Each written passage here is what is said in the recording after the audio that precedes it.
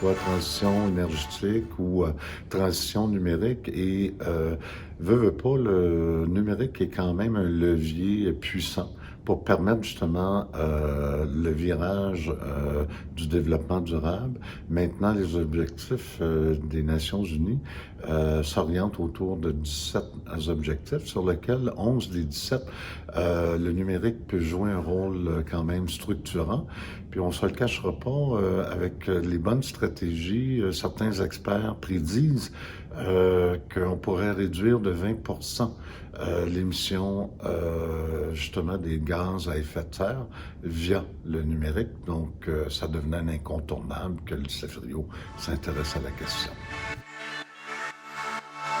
Pour rejoindre justement la cible des citoyens, on a choisi qu'on travaillerait avec différents organismes, dont le consortium accéléré les ODD 2030 via Impact Hub, pour essentiellement voir avec les acteurs de la société civile comment qu'on pouvait conjuguer nos efforts.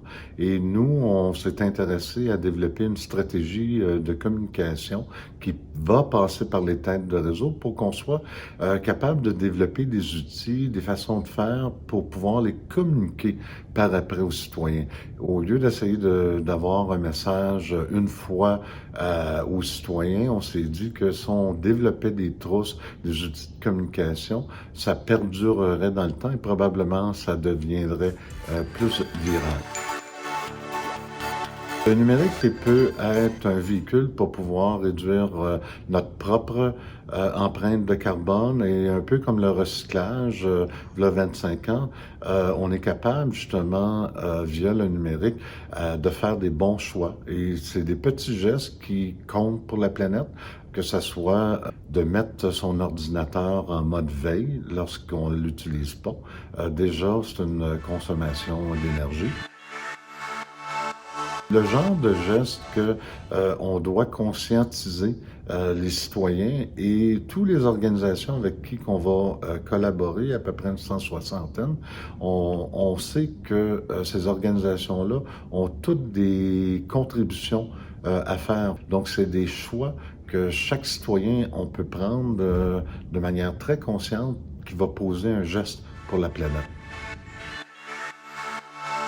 On peut penser à plusieurs groupes, je vais vous en nommer trois. Pensez peut-être aux régions où essentiellement on commence de plus en plus à fermer certains villages, et pour maintenir justement la vitalité de ces régions-là, mais souvent les écoles sont des facteurs importants. Donc le numérique, via essentiellement des plateformes de téléapprentissage, peut permettre justement de pouvoir favoriser les régions.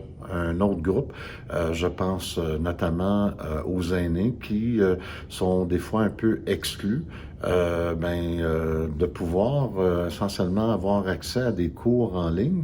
Ça leur permet de continuer justement, peut-être de poursuivre leurs études à leur loisir, et d'éviter un fractionnement social. Et si on prend vraiment des traits vulnérables de cette société-là, on pourrait penser, exemple, à une catégorie comme les autistes, qui, via certains projets présentement, on travaille à développer un avatar qui va permettre aux autistes de changer leurs comportements sociétaux à la tâche via le numérique. Donc, c'est trois façons très concrètes que le numérique peut jouer un facteur important. Puis souvent, exemple avec les autistes, si on est capable d'utiliser ces nouvelles technologies-là, mais ça veut dire que peut-être qu'il y a du temps de moins qu'un professionnel doit passer pour aller rencontrer cette clientèle-là. Donc, on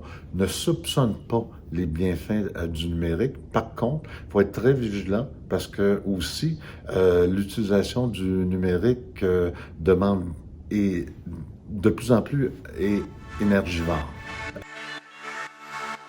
Après qu'on ait établi sur une trousse pour les citoyens, ce serait de regarder comment rendre justement les technologies plus vertes. Il y a plusieurs groupes qui le font présentement de chercheurs et je pense que ça serait tout à fait naturel d'optimiser l'utilisation intelligente du numérique, mais en même temps de regarder comment on peut la rendre plus verte.